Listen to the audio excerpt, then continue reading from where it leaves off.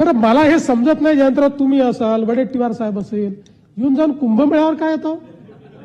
एवढा काय राग आहे तुम्हाला कुंभमेळ्याबद्दल? असं आहे कुंभमेळा नाही त्रुटी नाही, त्याच्यावर इतका पैसा का खर्च होता असं तुम्ही त्या ठिकाणी सांगितलं म्हणून सांगून देतो. कुंभमेळा हा दर 12.5 वर्षांनी येणारा हे जगातलं इनटेंजिबल हेरिटेज आहे. जगामध्ये इतक्या मोठ्या प्रमाणात कुठल्याही फेथमध्ये अशा प्रकारचा मेळावा होत नाही जो कुंभमेळा होतो, आणि म्हणून ही एक आपली इनटेंजिबल फेथ आहे.